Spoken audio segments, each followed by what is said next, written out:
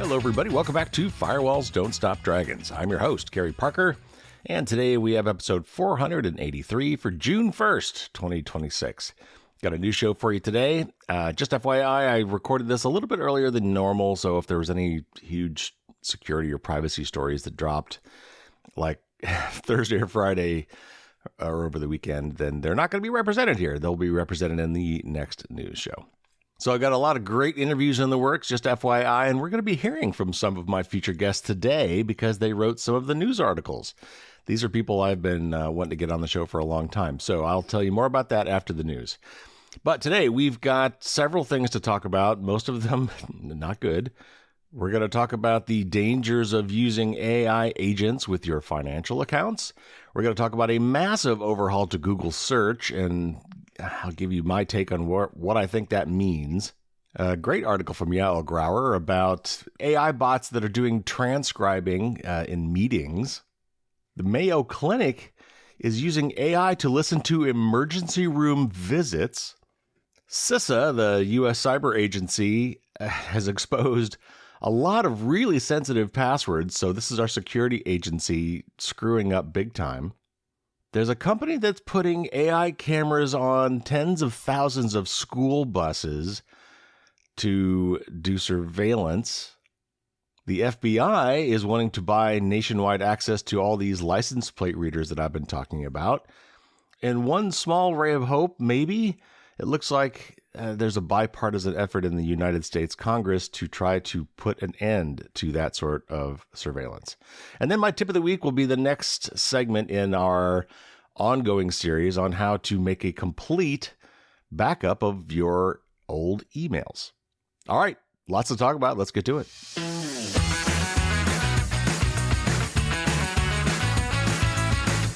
All right, first up, this is from The Record, and this is about...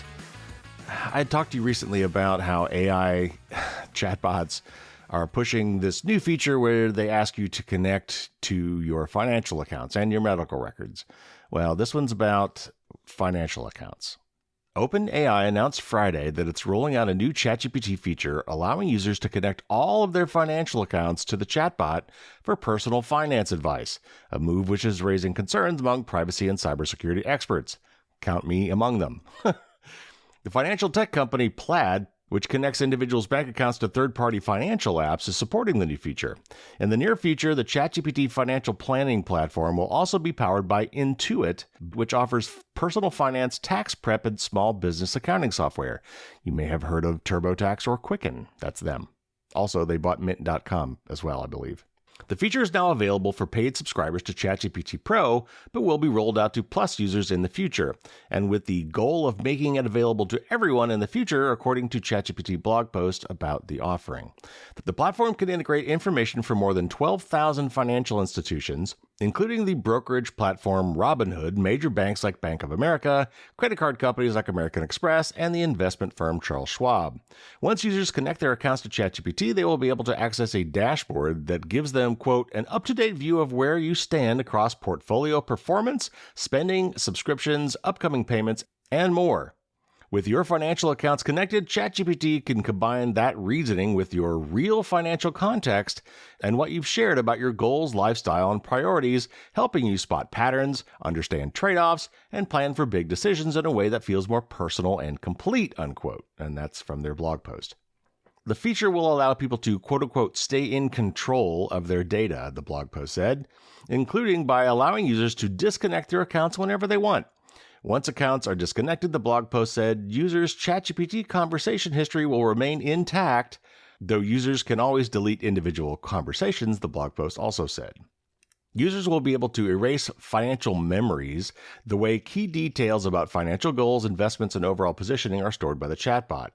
Temporary chats will be offered, allowing users to have conversations with a chatbot that don't allow it to access financial accounts and don't save in users' histories. But these safeguards may not be enough to shield user privacy, according to Riddhi Shetty, Senior Policy Counsel at the Center for Democracy and Technology's Privacy and Data Project.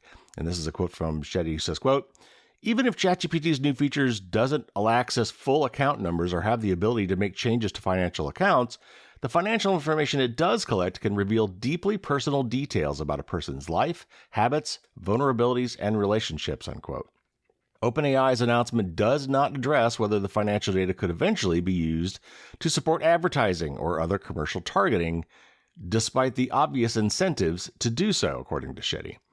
She also questioned the reliability of a chatbot's financial guidance and the lack of professional standards offered by a, quote, tool that doesn't abide by the obligations that professional financial advisors have to protect their clients' privacy and act in their best interests, unquote.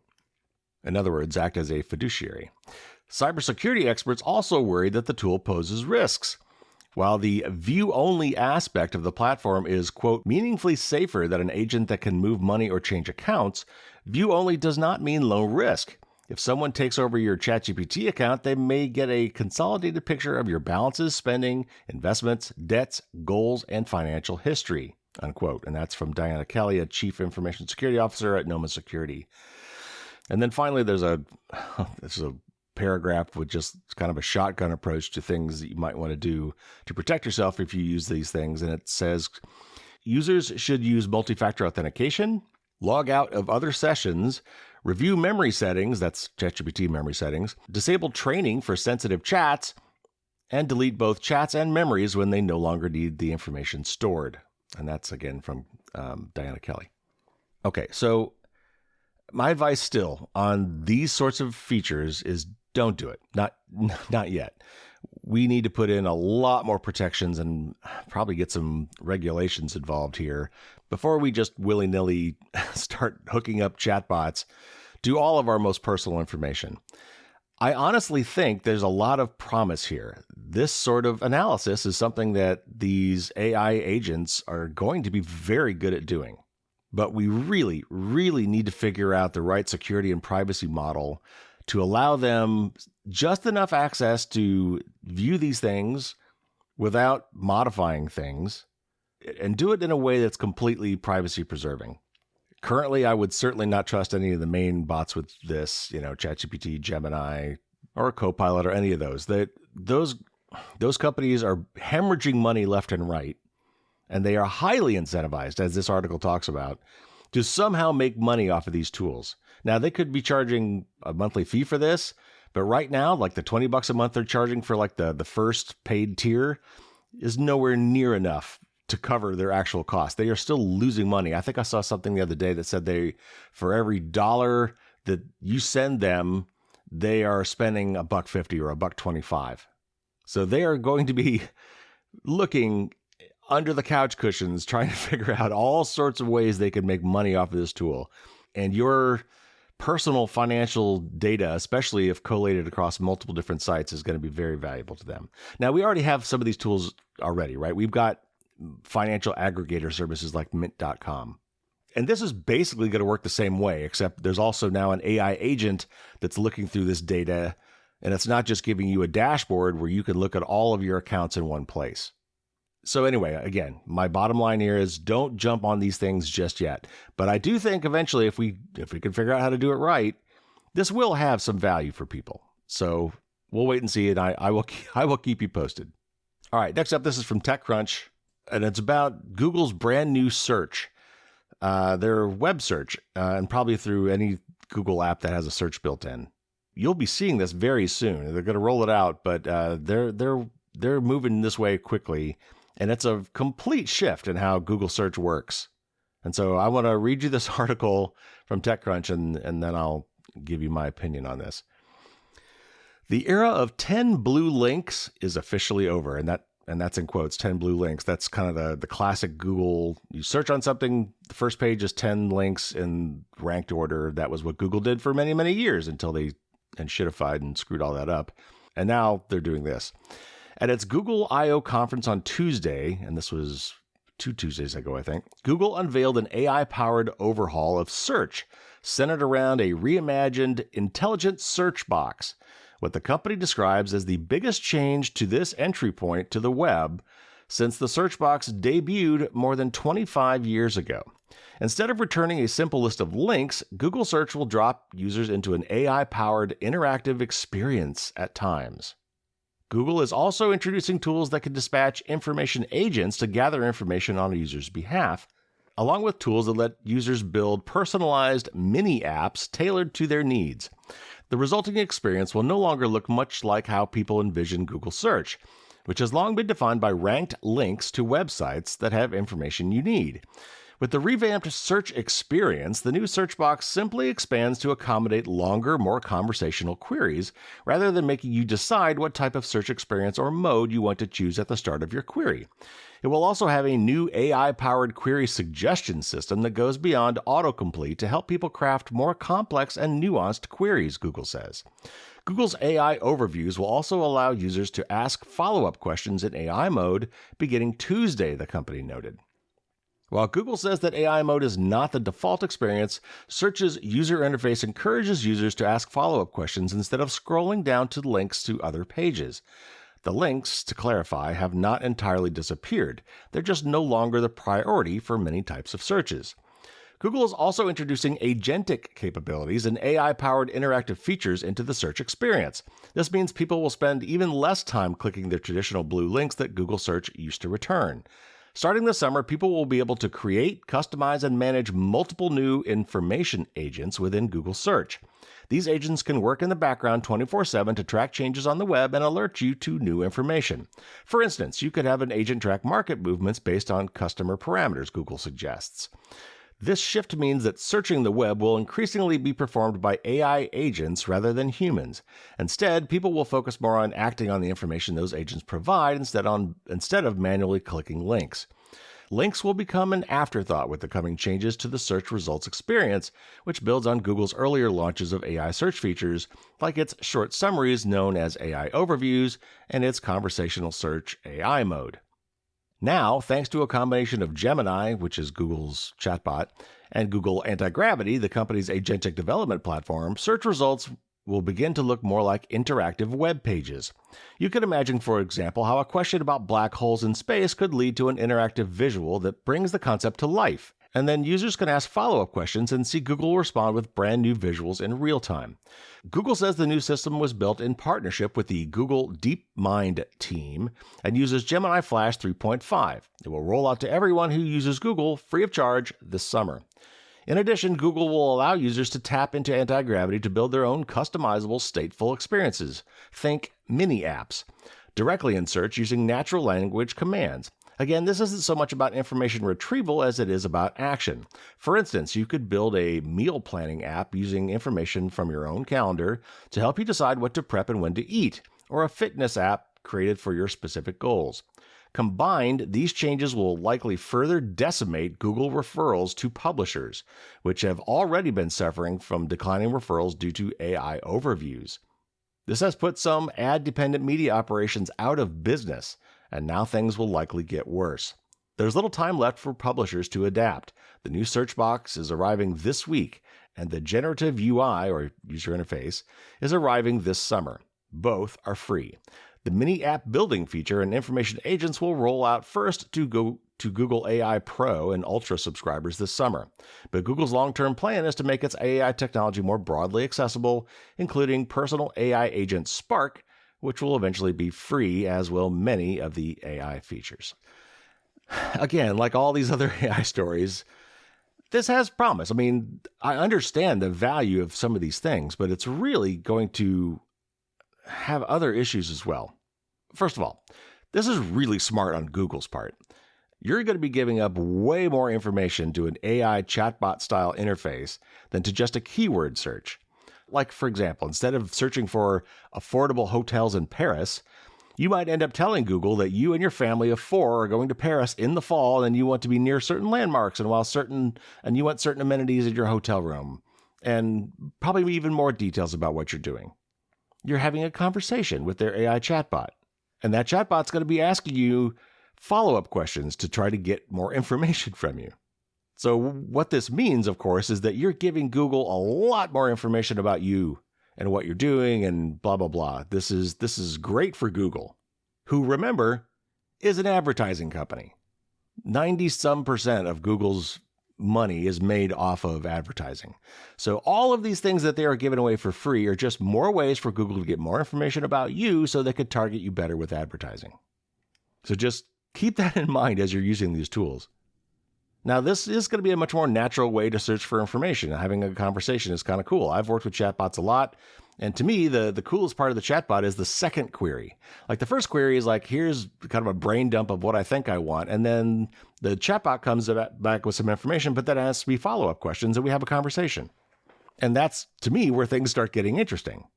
And I've actually used ChatGPT to help me do some travel planning. It's great. If you tell ChatGPT or any of these large language models, I'm thinking about taking a trip to this location at this time of year. Here are the things I'm interested in. Give me an itinerary. It will do that. If I'm doing something truly, truly personal, I will actually use a privacy-oriented AI like Lumo, for example. But nevertheless, you got to understand that these chatbots have memory. In Google's case, they're going to be using that memory to target you with advertising. But I do want to call out what this article called out, and that is this is a sea change in how search works. And a lot of publishers that have articles about information they want you to see are going to get squelched. Like you're not going to see these links anymore. In the old days, you do a search and Google would find 10 articles on something you're interested in. And those articles would have titles that were chosen by the publishers. And as we all know today, they're all clickbait titles. They're trying to get you to read their article. And then when you click that article, you go to the publisher and then the publisher makes money because probably there's advertising on the site that when those ads get seen, they get a kickback. The whole internet today is built on this ad model, which I wish we could find some other way to do. But that's the reality. And all these publishers now that are counting on getting basically referral clicks from Google to their site so that when their site loads, they can show you ads and then they can make money. That's not going to be happening anymore. So anyway, if you don't like this AI experience, you have other options. You don't have to use Google search. I know that people are just used to it. I know that it's built into most browsers as the default option for search. It doesn't have to be. You can almost always replace your default search engine. I would recommend trying Brave Search. Brave is a browser maker, but you don't have to use the Brave browser to use Brave Search. I have Firefox set to use Brave Search by default. You could also use DuckDuckGo. It's another good search engine. And you'll probably want to have a couple on hand. But there are several. And if you want to find more information about this, go to Privacy Guides and look for their recommendations on search engines. Next up, I've got a great article from Yael Grauer. I need to try to get her back on the show before hopefully our annual gift-giving guide tradition will keep going in November. But anyway, she has a blog. You should definitely check it out. She writes great stuff. And this one caught my eye, and I'm going to read you most of it here. And because we've been talking recently about using AI transcription in the doctor's office, but there's other places that you're actually maybe more likely to run into this, and this is one of them. The other day, I was a little late to a group call. Because of this, I didn't realize until someone posted the transcript in Slack, and Slack is a communication tool, like, Microsoft Teams, etc., that they had turned on their AI note taker before I arrived, even though we'd previously discussed some people in the group, including me, not feeling comfortable with transcripts or recordings. In this post, I'm using the term recording to refer to both video audio recordings and transcriptions because I view transcriptions as a type of recording. In many ways, they're actually a more invasive record because they're indexed, searchable, and far easier for an LLM to digest than a raw audio file. Sometimes AI bots join meetings as ghost participants. Although it adds to the eerie feeling of an uninvited guest at the table, at least you know the ghost is there. But this isn't just about consent. It's about how always-on recordings change behavior and relationships. It may be odd that I don't always like to be recorded, since I record other people for a living. But I ask them if it's okay before I do that, and let them know how the recording will be used. My own notes stored locally. I'll let them know if there's a retention period. I'll explicitly say I'm recording when I turn the audio recorder on, and if they ask to go off the record, and I agree, I will physically turn off the recording device so that there's literally no record of what we may or may not have discussed. Lately, I've been doing a lot of podcasts. They don't come naturally to me. I cut my teeth in print media where it's not ideal, but more or less okay if I stumble over my words.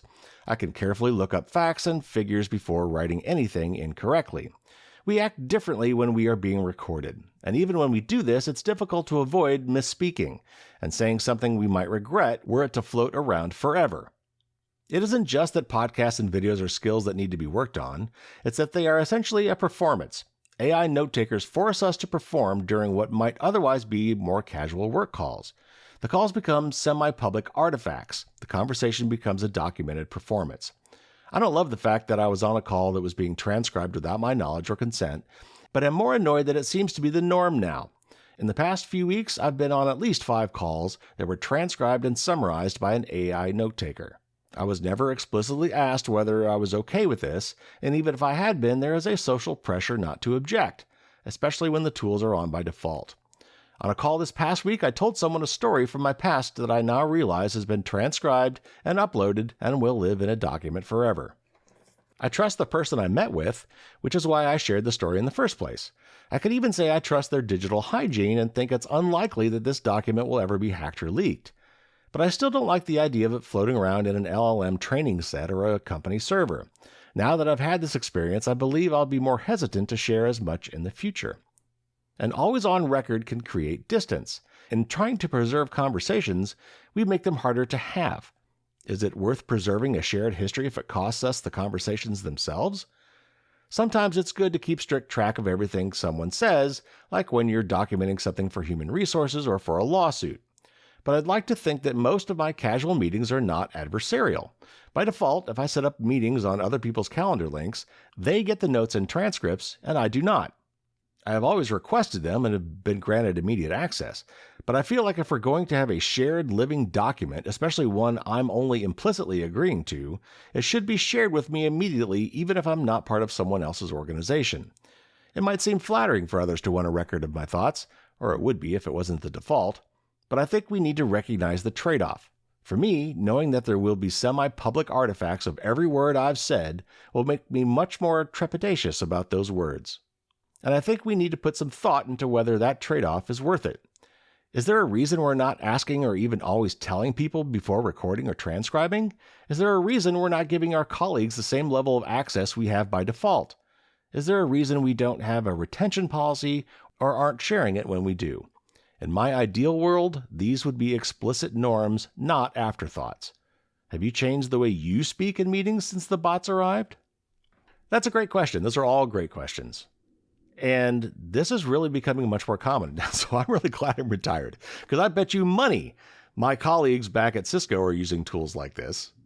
And if it becomes the norm, if every time you're on a Zoom call or a Microsoft Teams call, if there's automatically a bot built in that's transcribing everything, which, again, look, I understand the utility of that, but it does get creepy. It gets weird. Like how many meetings prior to this have you been in where everything has been recorded and saved and shared?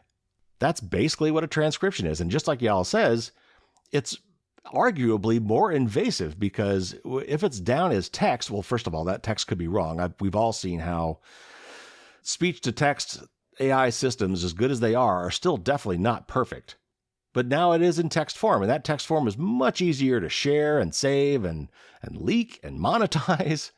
And as we all know from our text messaging, a lot of times words do not capture the sentiment behind what you said. If you said something jokingly, you could tell in someone's voice that they did that, but you can't tell in the words. So yeah, this, I think, jives a lot with the medical transcription story that I mentioned last time. You do act differently when you're being recorded. Certainly you would in a doctor's office where everything you said might be saved forever and perhaps shared with third parties. It's being surveilled, and we act differently when we're being surveilled, or even if we think we're being surveilled. I would have to guess that all these customer service calls are now being transcribed as well. You know, you always get the message, this call might be recorded for quality assurance. Well, now those recordings are probably transcriptions in text, which again are just that much easier to share and leak and monetize. Now, what I'm really curious about is there's all sorts of laws around being recorded, like one-party versus two-party consent, for example. And they vary from state to state in the US. So I really wonder how all these meeting recordings are being exempted or somehow are not subject to these laws. Maybe, when you start the meeting and at the start of the meeting it says this meeting is being recorded, I guess your option is to hang up. But if you're on a business call or if you're on a company call, do you really have that option? So yeah, we need to adopt a lot more etiquette around these practices. We've got to give people true chance for notice and consent. And that has to take into account things like social pressure. and, business social pressure.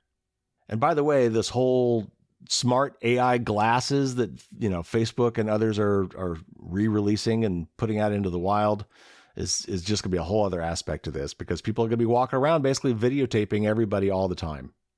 And you've got no way to opt out of that. Anyway, let's move on.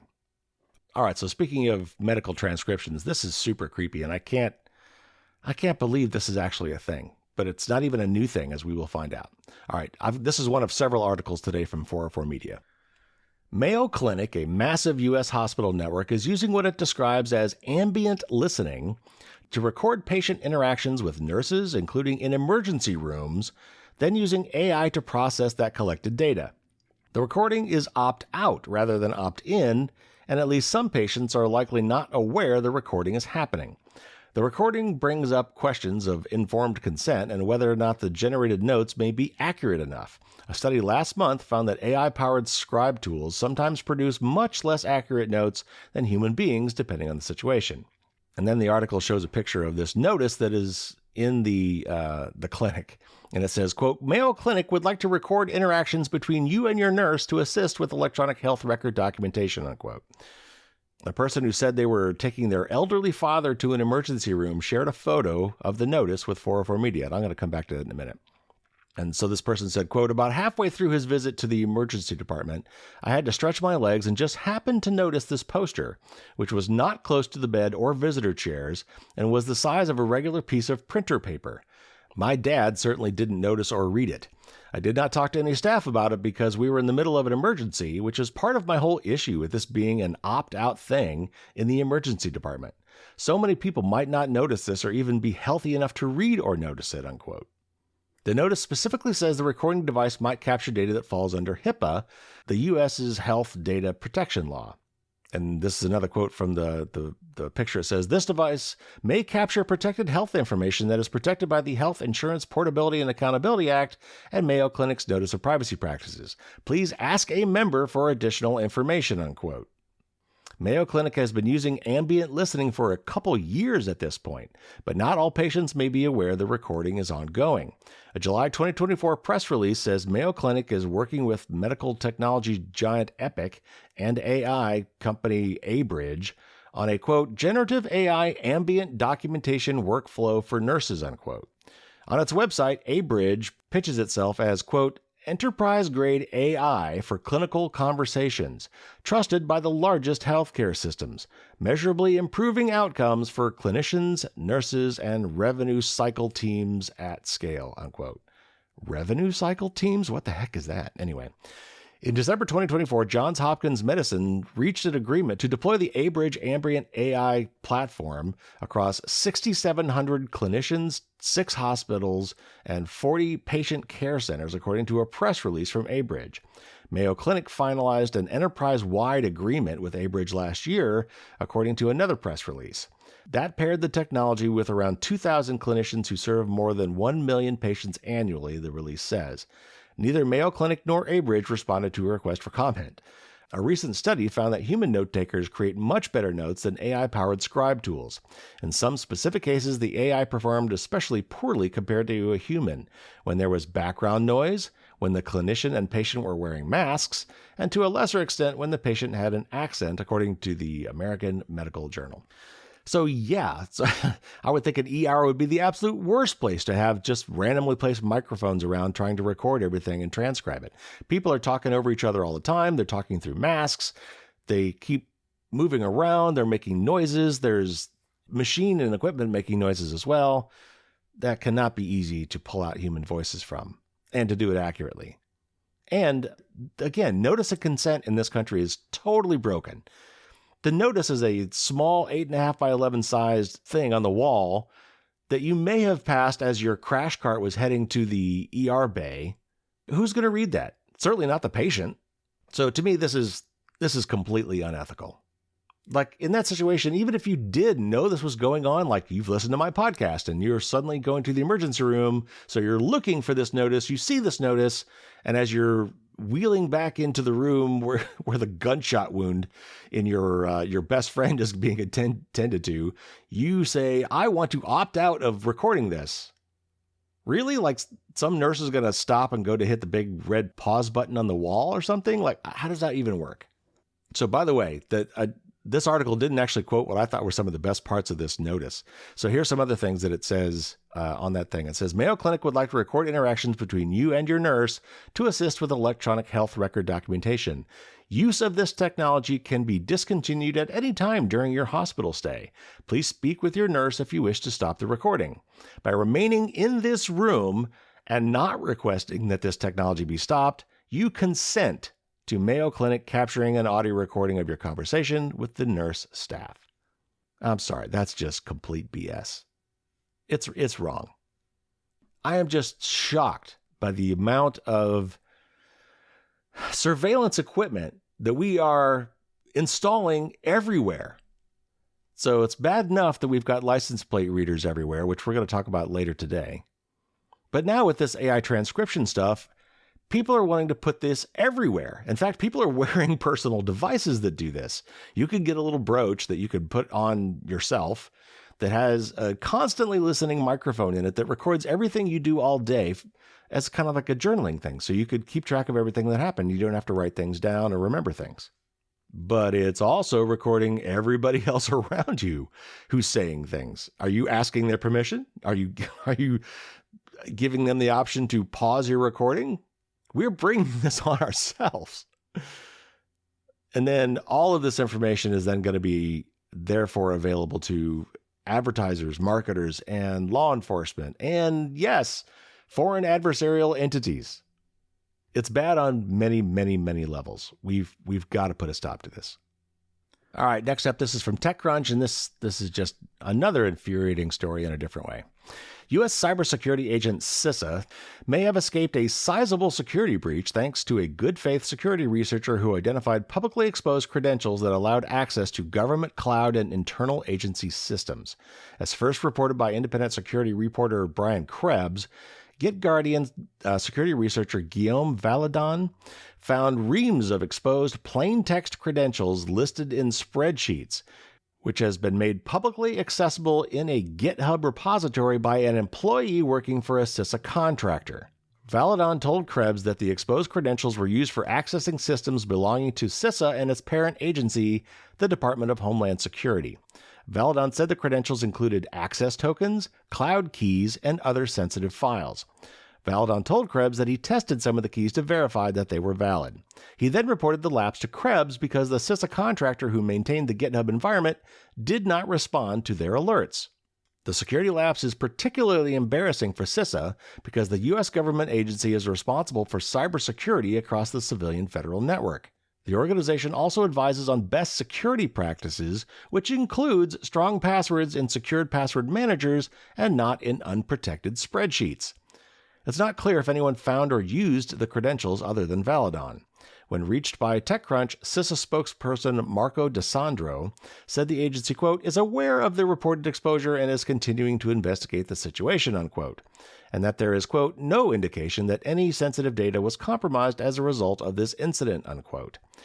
CISA would not say if the agency has seen any evidence of a breach stemming from its exposure, though it sounds like they kind of did just say that. TechCrunch asked if the agency has revoked and replaced the exposed credentials following the incident. While the incident was traced back to an employee working for a CISA contractor, CISA is ultimately responsible for the security of its own network and systems, including contractors who work for the agency. CISA has been without a permanent director since January 20th of 2025, when then CISA Director Jen Easterly stepped down ahead of the start of the incoming Trump administration. CISA has also lost about a third of its workforce following cuts, furloughs, and layoffs since Trump took office. Okay. So, first of all, several folks in Congress are demanding answers for this. This is really an egregious screw up. And honestly, it looks pretty damn fishy because this person actually disabled a feature built into GitHub that would have prevented this from happening. So I hope they get to the bottom of what happened here. But also, they need to find a way to prevent this from happening again. Like, I think critical code repositories like these should not be allowed to turn off those crucial security features, period. Like, when you set this up, if you set this up as a secure repository, There should be no way to turn off the feature that checks for accidentally trying to submit what look like credentials. And that's not a perfect science, but they have tools in place now that will try to prevent you from committing secrets, like even random passwords, to a repository. And this person turned that off and then submitted secrets. So CISA is needed now more than ever, but the overzealous efforts in this current administration to trim government waste, quote unquote, has left us much less secure. It's a real problem, and it's going to bite us in the butt. I'm really worried now with all these AI coding agents out there like Mythos that we are going to be ill-prepared and understaffed to handle these problems. So stay tuned. Like I said, this year, 2026, it's going to be a bumpy ride. So strap in. One other side note, though, this is another great article from Zach Whitaker, and I've read many of his articles at TechCrunch, and I will be interviewing Zach soon on the show. So that's going to be a lot of fun. Stay tuned.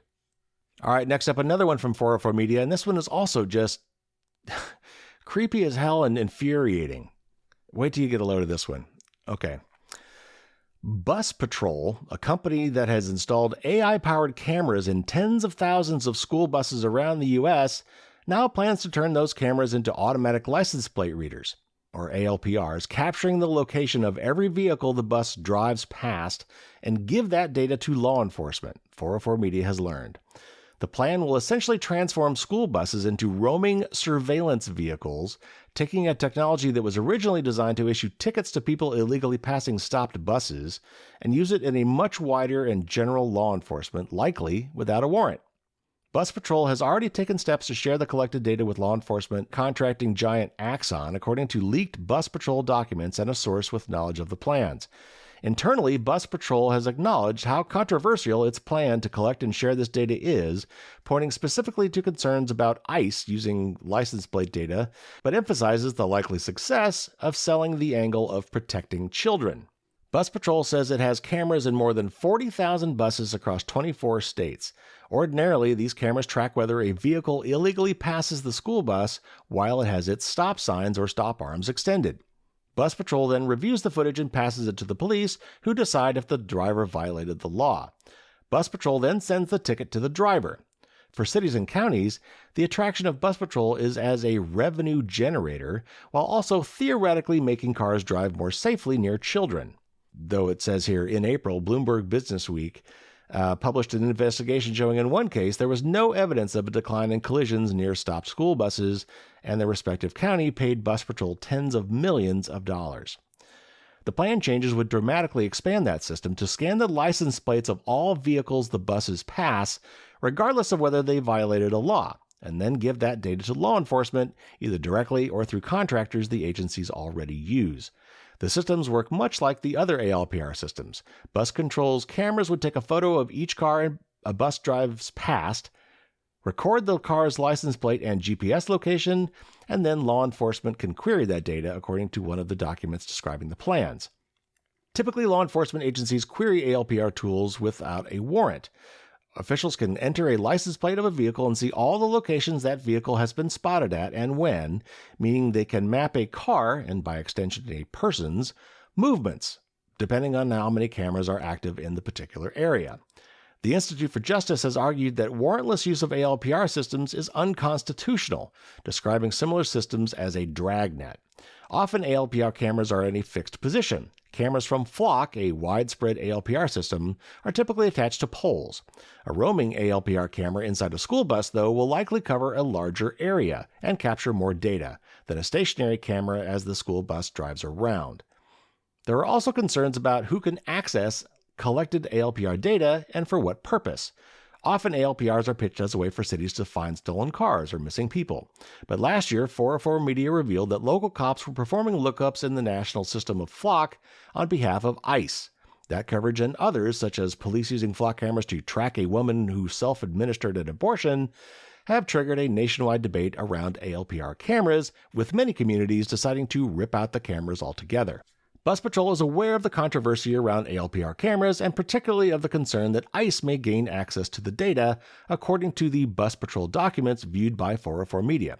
The company anticipates the plans will receive resistance from communities that already have school buses with Bus Patrol cameras installed, they say. 404 Media contacted multiple school districts listed as Bus Patrol users on the company's website, but did not receive a response. The company also sees potential legal issues if it provides incorrect data. And this is a quote from Jay Stanley, who's a senior policy analyst at the ACLU in their Speech, Privacy, and Technology Project, who says, quote, "Protecting children is one of the highest priorities of any community. In theory, a technology could be narrowly tailored here and not engage in surveillance or collect information except when there appears to be a violation of stop-arm laws." In other words, the bus stop-arm. But by trying to plug a child safety technology into the unethical license plate mass surveillance ecosystem that lacks societal acceptance and legitimacy, you guarantee that your technology will have problems with acceptance. Leveraging something everybody supports, in this case protecting children, in order to expand mass surveillance is a typical way of trying to get people to accept surveillance, one we've seen since 9/11 and before, unquote. Stanley said that Bus Patrol is part of a larger trend, quote, "using AI to scale surveillance for compliance purposes," unquote. He said this will start with laws that he suspects everyone supports, like the stop-arm statutes banning people from overtaking stopped school buses. But when AI monitoring tools are extended to other laws, rules, and norms, quote, "there's a real risk that AI will be used to create a hellscape of over-enforcement. We're already seeing AI used to ticket drivers who are holding cell phones and to monitor workers such as delivery drivers in oppressive, minute ways," unquote. The reason for turning buses into surveillance vehicles is to generate more revenue, according to the source with knowledge of the plans. After GI Partners, an investment firm, invested $300 million in Bus Patrol, it has, quote, "been pushing the company to find alternative revenue streams," unquote, the source said. 404 Media sent Bus Patrol a detailed set of questions, including whether Bus Patrol is exploring the possibility of sharing ALPR data with Axon or other companies.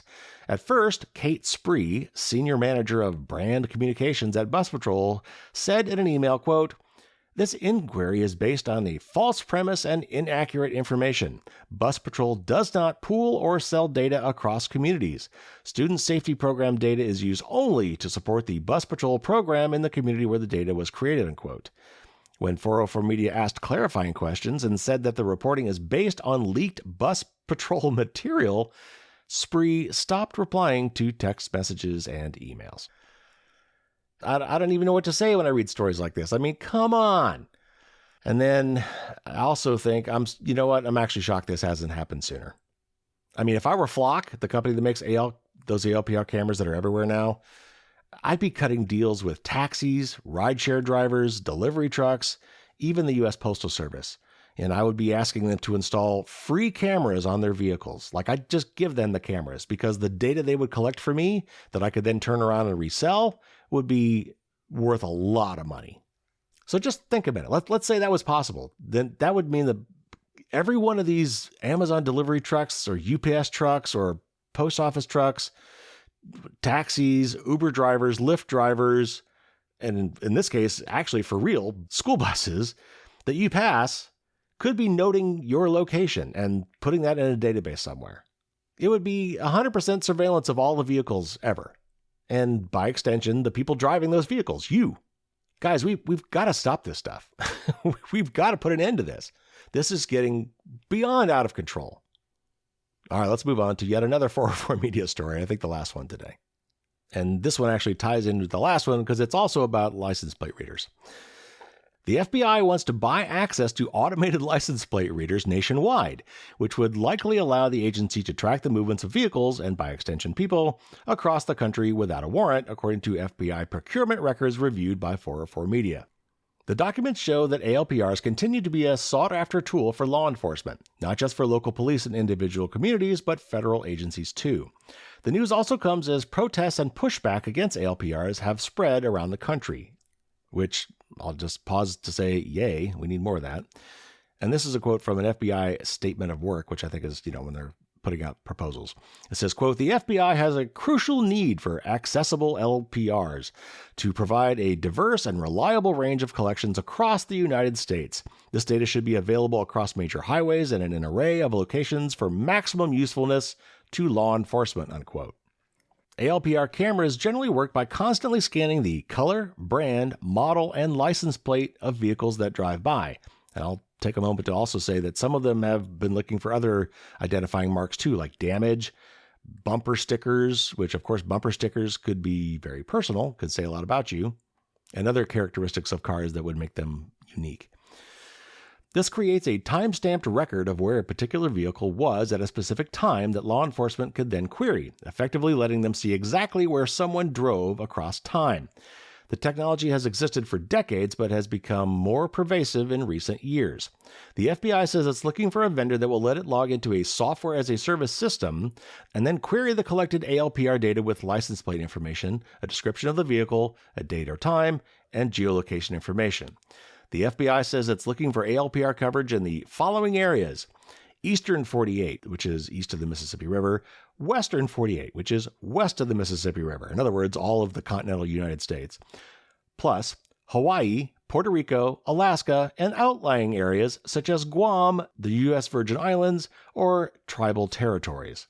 In effect, the FBI is looking for ALPR data nationwide and even beyond. An attached price template indicates that the FBI is willing to pay $6 million for each of those broad areas, bringing the total to $36 million. The FBI says it intends to award the contract to a single vendor, but if any such vendor is unable to fill all the requirements, the agency may award the contract to up to 2 vendors. The contract is specifically for the FBI's Directorate of Intelligence, which oversees the agency's intelligence mission. The FBI is not only a law enforcement agency, but also part of the intelligence community. There are a limited number of companies that might be able to provide the sort of data the FBI is seeking. One of those is Flock, whose ALPR cameras are stationed in communities all across the country. According to data 404 Media and researchers have obtained through public records requests, Flock has at least 80,000 cameras connected to its national lookup tool. At one point, Homeland Security Investigations, HSI, a section of the Immigration and Customs Enforcement, or ICE, the Secret Service, and the Navy's Criminal Investigation Arm all had access to Flock's nationwide network as part of a pilot program. As 404 Media revealed, local police have performed lookups in the Flock nationwide database on behalf of ICE. The other company is Motorola Solutions, which acquired Vigilant Solutions. Motorola has a massive database of ALPR information built with cameras installed in police officers' roaming vehicles. So again, quick pause. We were just talking about how you might put these in other service vehicles. Well, cops have these cameras in them too. And they're not just recording locally. They're all networked together in this massive service. Okay, so that's what they're talking about there. An arm of the company that sells to private industry has essentially outsourced image collection to repo men. In 2019, I reported on that part of the business called Digital Recognition Network and was shown how powerful its tracking capabilities can be. 404 Media reported last year that ICE recently invited staff to demos of a Motorola app that let officers scan a license plate and add it to a database of billions of records that show where else that vehicle may have been spotted. Josh Thomas, a chief communications officer at Flock, told 404 Media in an email, quote, "We're not going to speculate on prospective deals, but it's worth noting that we already work with several federal agencies, all of whom are subject to the same obligations, constraints, and transparency mechanisms that apply to every other Flock customer. We also rebuilt our product from the ground up starting last year to ensure all local customers could trust that they could use Flock in full compliance with local and state laws. A big part of that is our audit assurance tool," unquote. Neither Motorola nor the FBI responded to a request for comment. All right, so you get the idea yet? I mean, I've covered this a lot lately, but just today, just in what I've covered today, this is just, it's just gotten way out of hand. We've got to stop it. And at least some people in Congress are starting to agree. So let's end our news segment with one possibly upbeat story. And this is from Wired. U.S. lawmakers plan to introduce an amendment Thursday at a House committee markup hearing that would prohibit any recipient of federal highway funding from using automated license plate readers for any purpose other than tolling. In other words, toll booths, charging a toll. a sweeping restriction that, if adopted, would bring an immediate end to state and local ALPR programs across the United States. The amendment, obtained first by Wired, is sponsored by Representative Scott Perry, a Pennsylvania Republican and a Freedom Caucus member, and Representative Jesus Chuy Garcia, an Illinois progressive whose state has become a flashpoint in the national fight over ALPR misuse. The House Transportation and Infrastructure Committee will mark up the underlying bill, a $580 billion 5-year reauthorization of federal surface transportation programs, at 10 a.m. Eastern on Thursday, and this was last Thursday. The amendment runs a single sentence, quote, "A recipient of assistance under Title 23, United States Code, may not use automated license plate readers for any purpose other than tolling," unquote. The amendment is brief, but its reach would be vast. Title 23 funds roughly a quarter of all public road mileage in the U.S., including most state and county arteries and many city streets where ALPR cameras are becoming ubiquitous.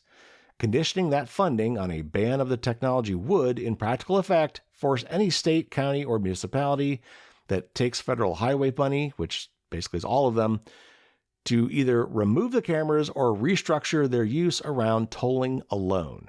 In Illinois, where Garcia's district sits, Secretary of State Alexei Giannoulias announced last August that an audit by his office found that Flock Group, the Atlanta-based company that operates the country's largest ALPR network, in violation of state law for giving U.S. Customs and Border Protection access to Illinois ALPR data.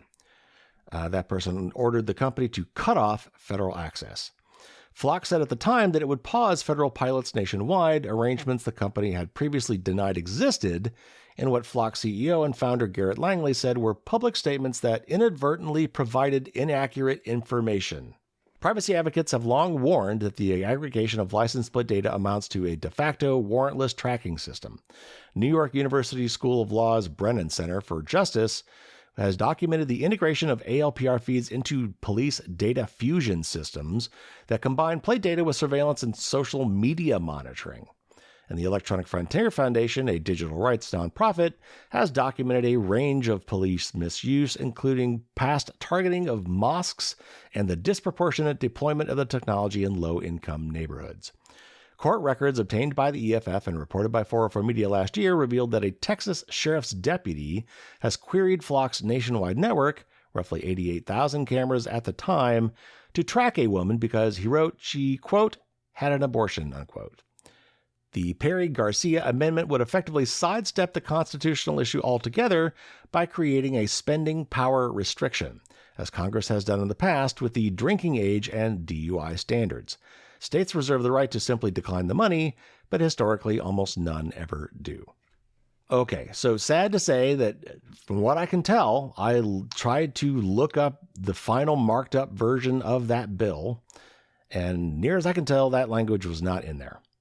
So this particular effort failed, but it's really good to know that there is bipartisan support for this brewing in the United States Congress. And so please tell your representatives about this. Tell them you don't want this technology. Tell them about this particular amendment, for example. This is a kind of a clever way, and that's something the government often does because they control the purse strings and a lot of money goes to these states and the states need this money. And so they could put restrictions on using that money. And this kind of restriction would basically kill the use of ALPR cameras for dragnet surveillance. Okay, so that was a depressing set of news for this week. I apologize. But this podcast is about relaying information so that you're aware of what's going on, so that you can be informed and take action when you have the opportunity. So let's get to my tip of the week. This is the third in a series of articles that I've written and tips of the week I've done. And if you've missed them, you might want to go back and check them out. Certainly, at least go to my website and look for the series of articles about withdrawing your data. And I'll cover other things in the future probably, but right now we're talking about email. And what I've been wanting to do for myself for a long time and decided, darn it, I'm going to do it and I'm going to bring you guys with me, is I want to download a full archive of all of my historical emails. I've been using Gmail and Yahoo Mail for 20 years, and I've got tens of thousands of emails that go back 20 years. I've used them for a long time. Yahoo used to be kind of like my public one that I give away for spam purposes. You know, when someone maybe give them an email and it was a company that I knew they were going to sell to somebody else or send me lots of emails, I'd give out my Yahoo address. Or back in the day, I would use the Yahoo address whenever I had to sign up for something online that I didn't really care about. And then I'd use my Gmail address, was all personal stuff. I would only give it out to friends and family. And I've since moved on. Now I use Proton for friends and family, and I use Fastmail for all my business and other public stuff, using domains that I own. Anyway, I've got a whole bunch of historical email out there. I don't use Gmail anymore. I don't use Yahoo anymore. But I've got a whole bunch of emails that I want to preserve. And then, after I download a full and complete copy of that archive, I want to delete them from Yahoo and Google, and also Outlook as well. I don't have as many there, but I do have some emails there as well. So we've talked about all of that so far. We talked about how to download your emails. And so if you've been keeping up with this, you've already done that. And these things can take many, many days to download, especially if you're like me and you've got a lot of emails to download. So what I'm kind of hoping is that since you've done the last one already, that by now your Thunderbird app that I recommended you use has now got a complete copy of all those old emails. So now what? Well, before we do anything else, before we cut off access to those emails, or certainly before we delete them online, we really want to make sure that we've got everything. So I put together an article on this. I'm just going to give you some quick highlights here. You should read the article. Of course, there's a link in the show notes, but if you go to firewallsdon'tstopdragons.com, it'll be the top article there right now. So we're going to check a couple things. First of all, look at the top level folder. See if you can get a count. You should be able to see a count in Thunderbird of how many emails are in that folder. And go to Gmail, go to Yahoo, and find the equivalent there. See if you can find a list of how many total emails you have. It should be roughly the same. Also, if you're using Thunderbird like I recommended, you could go to the Tools menu and go to the Activity Monitor, and that will show you if there's any actions that are currently ongoing. Like if it's still downloading emails from somewhere, you'll see a progress bar. So check and make sure that there's none of that going on. And then I would start poking around, like just do some spot checks. Like first of all, go back and find the first email you ever sent. And then check that with the web version and see if that agrees. And by the way, I say web version, like don't use your regular email app for this, because your regular email app on your phone or on your computer might not pull down everything. It might get things on demand, for example, and not keep a copy of everything locally, which is why we did the process that we did last time, making sure that we actually had a full copy locally. So I put this in the article. Go to the web versions of Outlook and Gmail and Yahoo Mail, because that will be able to show you everything. So go back to the very first email you ever sent. Make sure that the web version agrees with your Thunderbird version. Pick a couple other emails, maybe some ones you remember. Maybe you look for things that you bought, or I don't know, if there's any old emails that stick out in your mind, travel confirmations, photos you shared, tax documents, things like that. Try to find some just sample important emails maybe from the past, just to do some spot checks and make sure that they're there in your archive. And also try opening some attachments. Find some emails that had attachments on them. Open them up in Thunderbird and make sure that the attachments come through okay. So I've got some more details on this on the article, but the essence of this is you want to make sure that you got everything, and gives you some ideas of things you can try. Now, I'm going to give you one more bonus tip here. Along with this, another way to make a copy of your email. It shouldn't be your primary one, but it's also a very handy one. If you sign up for Proton email or Proton services, Proton has this really cool feature called Easy Switch. And it basically does everything that we just did. It allows you to connect to Gmail, to Yahoo Mail, to Outlook, and import all of your old emails into Proton. Now, the difference here is this is held on Proton servers, which are completely encrypted, by the way. Now, the metadata is not, but the contents are. So it's making a complete backup of all your stuff in Proton's servers, so which is why I don't think it should be your main method. But here's the advantage. First of all, by doing this, Proton is set up to get everything completely. So it will make a point of getting all of your old emails. And suddenly now, you will be able to search those through Proton, through a web interface. So it's yet another way to create a searchable archive, and this one that you can get to from anywhere. If you have not tried Proton, and even if you haven't tried them recently, like they've made a lot of changes in the last couple of years. I mean, they've got not just email anymore, but contacts, calendar, docs, sheets, password manager, VPN, two-factor authentication. They've got all sorts of things. They're really giving Google a run for their money. And their stuff is very, very easy to use. So if you haven't tried it, now would be a great time to do that. And if you know somebody else who's already on Proton, ask them for a referral link. You'll both get a bonus. And if you don't know anybody who's on Proton yet, you could be the first and blaze a trail, and then you could give out your referral code to them to get them to join. And by the way, if you want to get the referral anyway, you could use my referral link. It's in the article.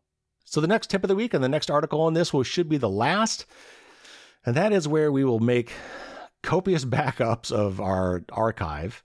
And then I'll tell you how to delete everything online, though I think you should wait a while before you do that, but I'll tell you how to do it. And then, a few months from now when you're comfortable that you have everything, then you can cut them off and delete all those old emails online. Now, that's totally optional. You don't have to do that.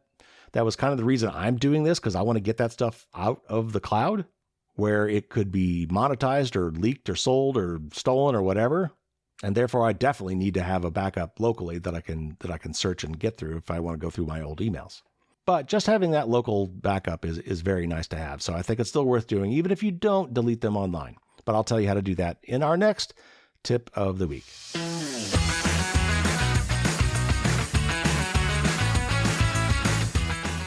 All right, everybody. Thanks for tuning in. That's going to do it for this week. For my top patrons on Thursday, I've got a very interesting Merlin's Musings episode.